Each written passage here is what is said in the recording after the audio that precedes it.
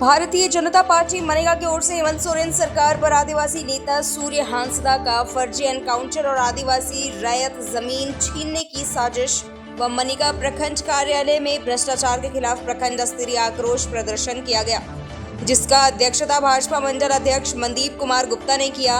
इस कार्यक्रम में मुख्य रूप से भाजपा के पूर्व जिला अध्यक्ष लालनाथ सादेव, भाजपा युवा मोर्चा जिला अध्यक्ष छोटू राजा, वरिष्ठ भाजपा नेता महेश सिंह मुख्य रूप से उपस्थित रहे।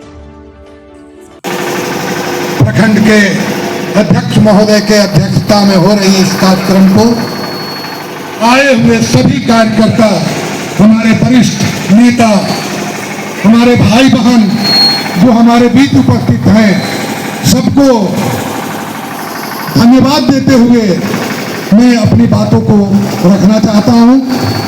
भाइयों,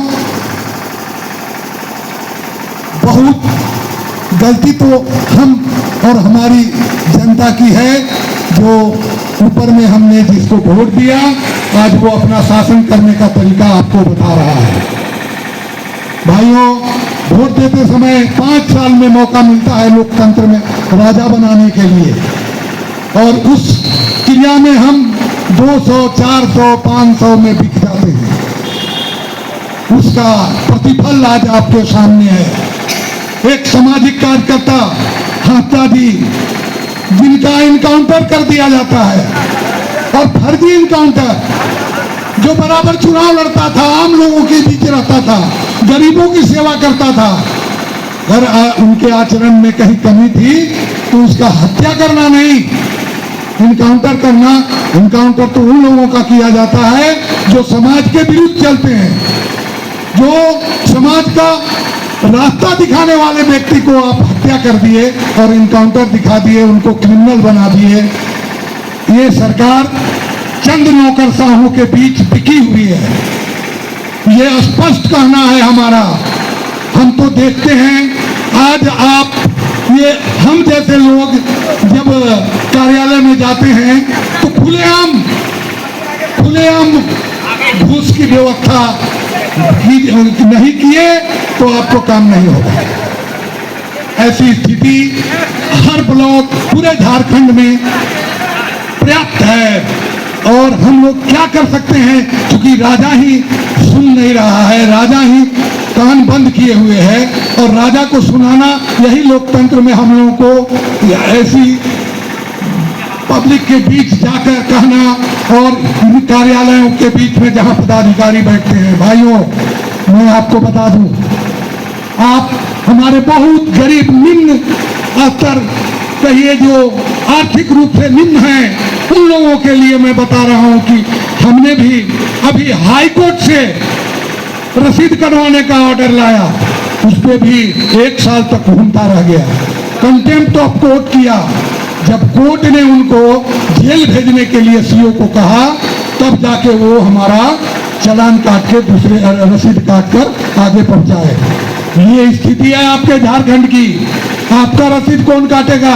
जब हम लोग सांसद विधायक के बीच बैठते हैं आपके द्वारा दिए हुए ताकत के चलते, तो उन लोगों को, जो आप जैसे लोग हैं, उनका कौन सुनेगा? कौन अफसर सुनेगा जी?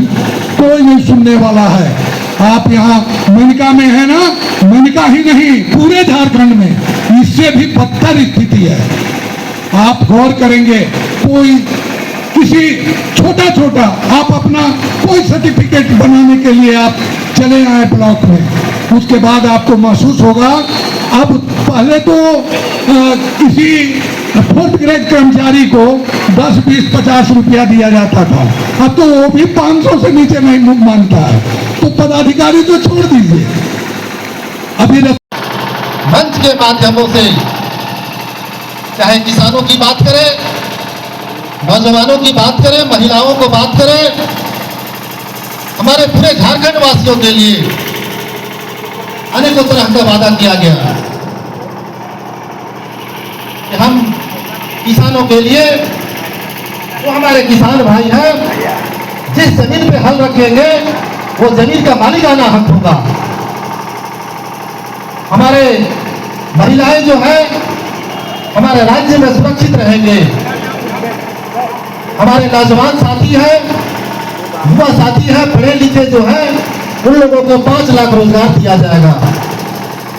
अनेकों तरह का वादा किया गया, लेकिन जैसे ही सरकार बनता है, आज महिलाओं ने हमारे राज्य में न महिलाएं सुरक्षित है।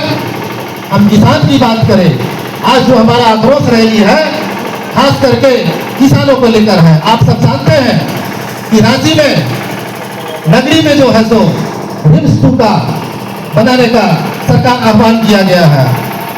आप सब जानते हैं ये रिम्स 2 जो बनाना है वो किसानों का जमीन है, खेतिहर जमीन है, रैयतों का रैयती जमीन है, फिर भी जो है उसे लूटने का काम किया जा रहा है, छीनने का काम किया जा रहा है, उनके सीने पे जो है सो चढ़ के जबरदस्ती मारने का काम किया जा रहा है। जिस तरह से हमारे किसान भाई वहां पे उपस्थित होकर, हमारी माताएं बहनें वहां पर उपस्थित होकर जिस तरह अपनी जमीन की रक्षा कर रहे हैं, उन लोगों को प्रशासन के द्वारा दौड़ा कर मारा जा रहा है।